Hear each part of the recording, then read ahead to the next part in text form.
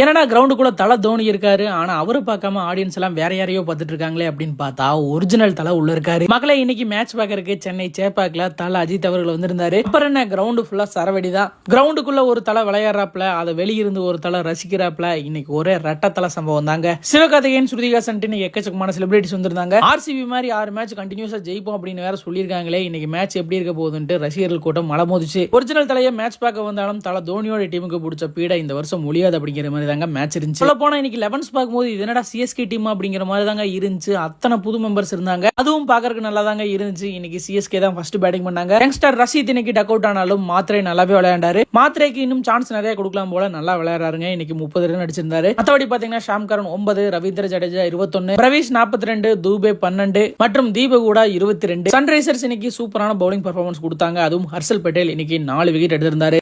தல தோனிக்கு இன்னைக்கு 400வது T20 மேட்சுங்க. இந்த மேட்ச்ல